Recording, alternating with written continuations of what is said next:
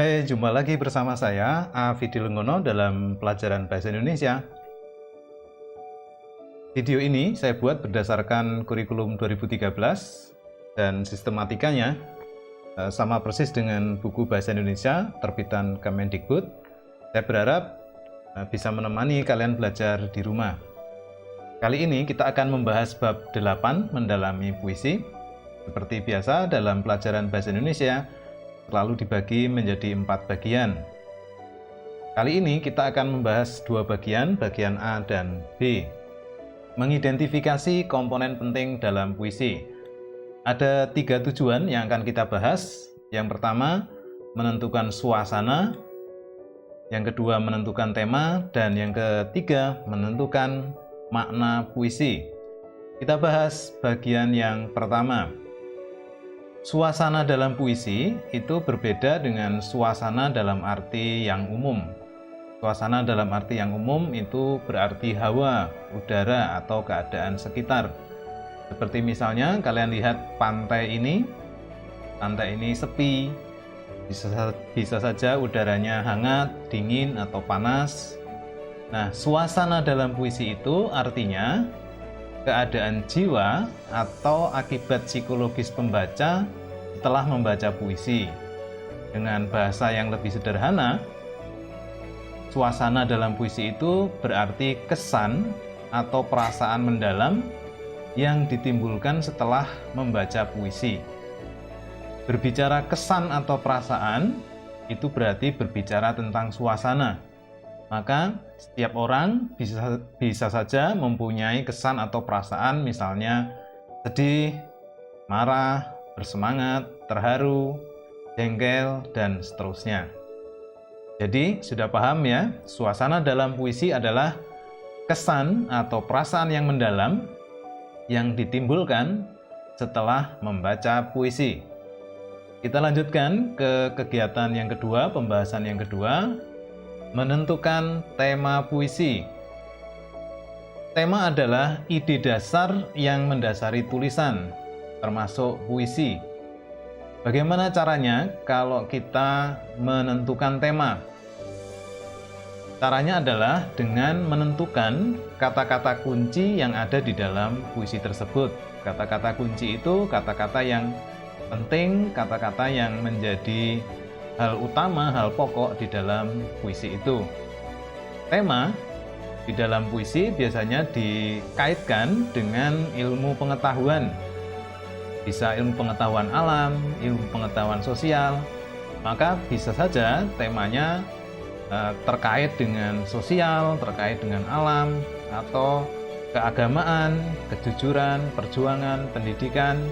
Dan ada satu tema yang paling populer di dalam puisi adalah tema tentang cinta. Mari kita lihat pembahasan berikutnya, yang ketiga, yaitu menentukan makna puisi.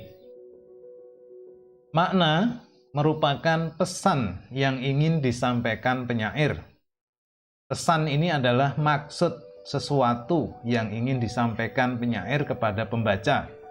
Penyair tentu memiliki sesuatu, entah itu kegelisahan, kegundahan, yang ingin disampaikan kepada pembaca. Itulah makna. Makna biasanya disampaikan secara tersirat atau implisit, artinya tidak tertulis langsung di dalam puisi tersebut. Kita bisa menentukan makna dengan cara menyimpulkan berdasarkan kata-kata yang ada di dalam puisi tersebut. Mari kita temukan suasana, tema, dan makna puisi Aku Ingin karya Sapardi Djoko Damono. Aku ingin mencintaimu dengan sederhana, dengan kata yang tak sempat diucapkan kayu kepada api yang menjadikannya abu. Aku ingin mencintaimu dengan sederhana, dengan isyarat yang tak sempat disampaikan awan kepada hujan yang menjadikannya tiada. Suasana puisi ini bisa saja kalian memposisikan seseorang yang dituju dalam puisi ini. Bagaimana perasaanmu jika kalian mendapat puisi seperti ini? Bisa saja perasaanmu merasa disayang, dilindungi, ya menjadi romantis sekali ya. Inilah suasana. Jadi suasananya romantis. Tema, seperti yang tadi, bahwa tema temukan kata-kata kunci terlebih dahulu. Di sini kita menemukan kata mencintai yang diulang. Salah satu cara menentukan tema adalah menentukan kata kunci itu berdasarkan kata-kata yang sering ditulis atau diulang, seperti kata mencintai ini. Dan saya yakin kalian bisa menentukan ya, ini temanya adalah cinta. Lalu makna. Makna itu disampaikan secara implisit. Jadi tidak kita tentukan berdasarkan kata-kata yang tertulis ini, tetapi berdasarkan kata-kata yang tertulis ini menjadi dasar kita untuk membuat penafsiran atau kesimpulan. Nah, penafsiran itu bisa bermacam-macam sebenarnya, asalkan kalian mendasarkan pada kata-kata yang ada di dalam puisi ini. Ini menurut saya, menurut penafsiran saya, maknanya adalah seseorang yang ingin membuktikan cintanya pada kekasihnya itu dengan bukti, bukan dengan janji atau dengan harta benda. Nah, bukti itu berupa kerelaan, mengorbankan jiwa dan raganya. Kenapa begitu? Pembuktiannya adalah ini, seperti kata kayu kepada api. Api ini terjadi karena adanya kayu, walaupun kayu harus menjadi abu, berkorban menjadi abu.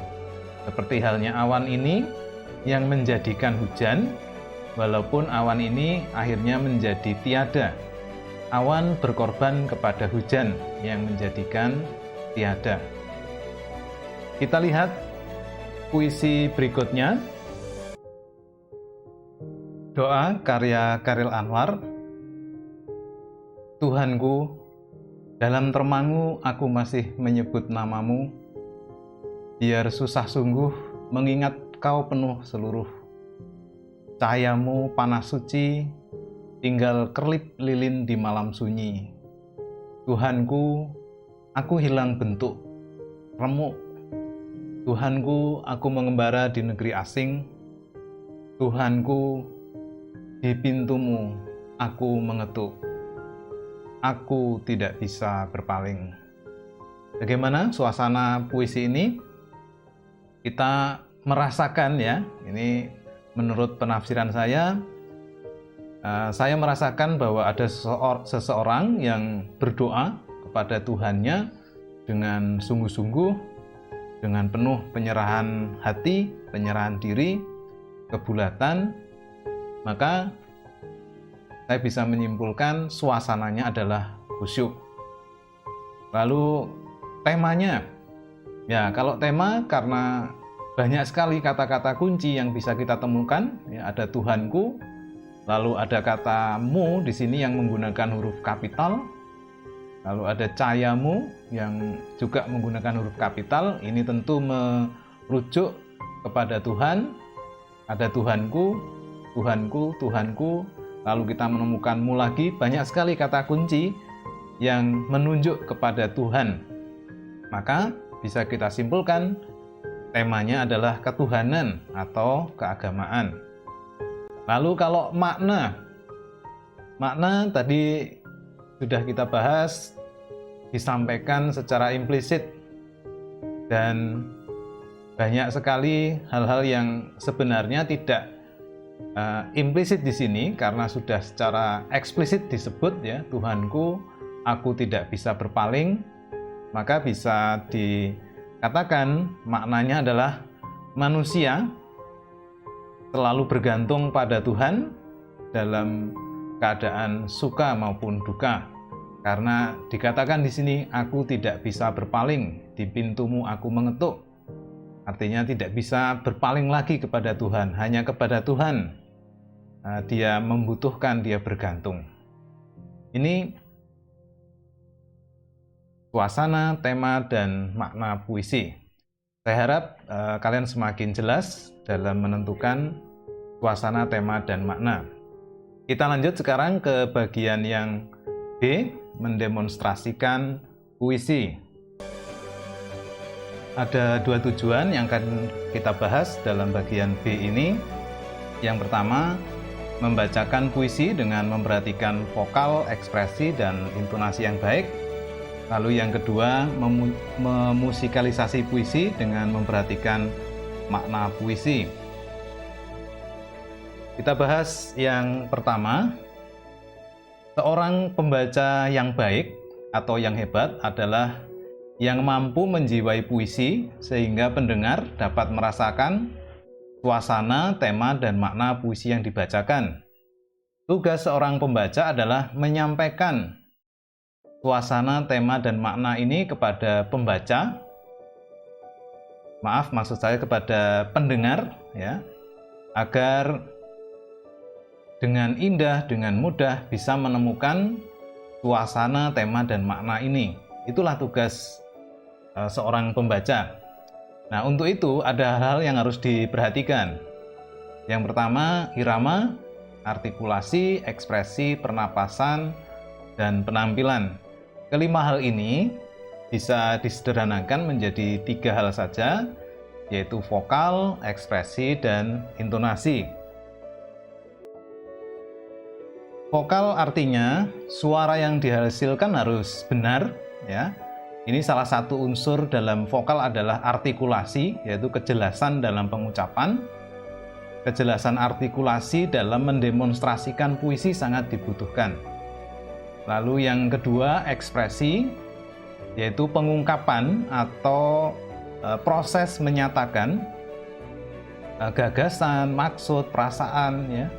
Ketiga hal tadi ini, suasana, tema, dan makna, sehingga pendengar itu bisa menangkap lewat ekspresi wajah kita, mimik kita. Maka kalau puisinya suasananya sedih, ya harus tampak di dalam ekspresi kita.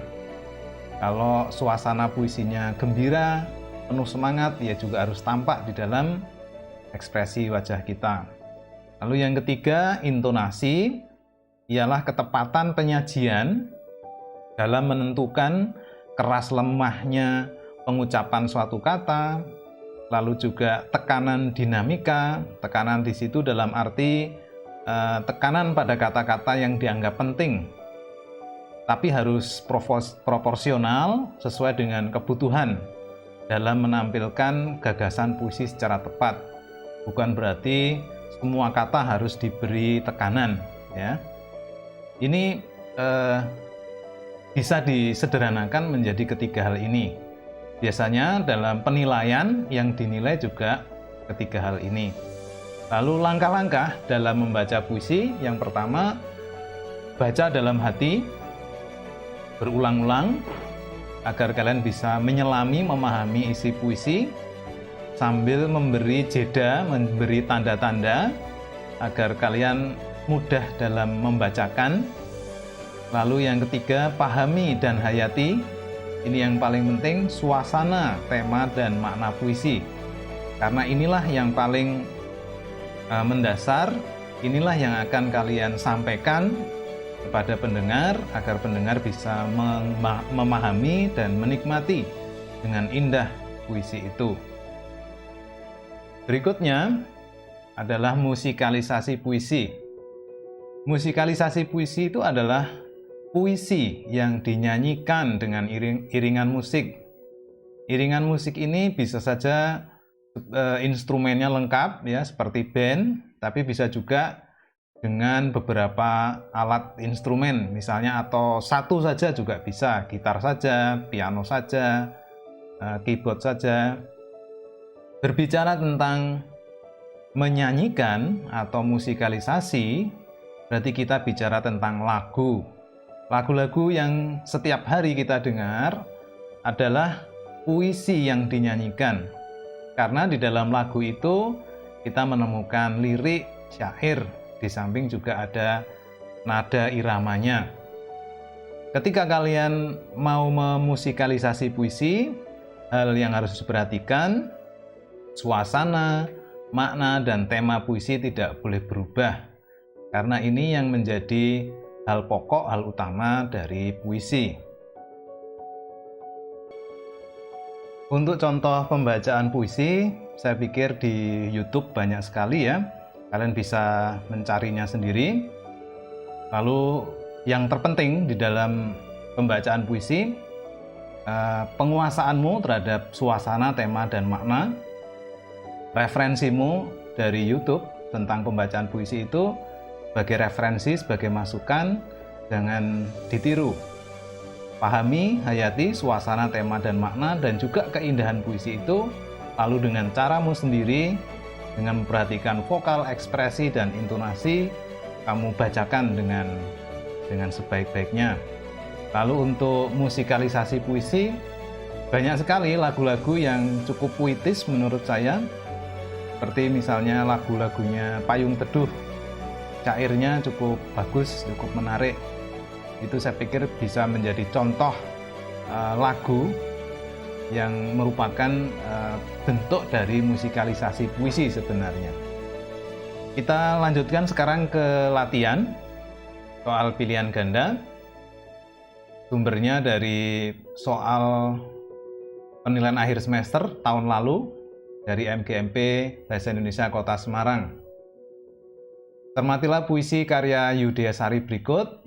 Lalu temanya apa? Coreng menari pada lembar putih, meliuk disapa bayu terik lembut, samar namun pasti ku tahu, eloknya rupa termangu sayu. Seribu rambut hitam tergerai, pedih lirih menyentuh delikan. Ingin ku peluk haru biru luka, berbagi kisah lara dalam dada. Apalah daya, kau hanya siluet dalam sketsa, telah tiada. Elegi siang ini di bawah Kamboja putih, mewakili tubuh kaku, menabur bunga 7 rupa. Salah satu cara yang paling sederhana ketika menentukan tema adalah perhatikan bagian akhir dari puisi. Di sini ada banyak kata kunci yang bisa dipakai sebagai dasar menentukan tema. Elegi adalah sebuah ratapan, syair, nyanyian yang mengandung ungkapan duka cita, khususnya kematian. Maka ini sangat penting sebagai kata kunci. Ditambah lagi ada tubuh kaku, menabur bunga 7 rupa. Lalu di atas kita juga menemukan ada banyak kesedihan. Dari pedih, lirih ya, ini bisa kita simpulkan sebagai sebuah kesedihan, kehilangan ya. Lalu tema puisi ini apa? Apakah kesedihan, kematian, kehilangan? Kalau cinta asmara mungkin juga bisa ya. Tetapi ingat bahwa tema itu adalah ide dasar. Maka yang paling mendasar dari kelima jawaban ini, kita tahu bahwa kesedihan itu adalah akibat dari kematian. Kehilangan juga demikian, maka yang paling tepat adalah kematian. Apalagi ada kata elegi. Maka disimpulkan tema puisi tersebut adalah kematian. Lalu suasana dalam puisi tersebut. Suasana adalah perasaan yang timbul, kesan yang timbul setelah kita membaca puisi ini. Dari tema tadi, kematian, ya tentu bisa dengan mudah kita simpulkan ya, sedih ya.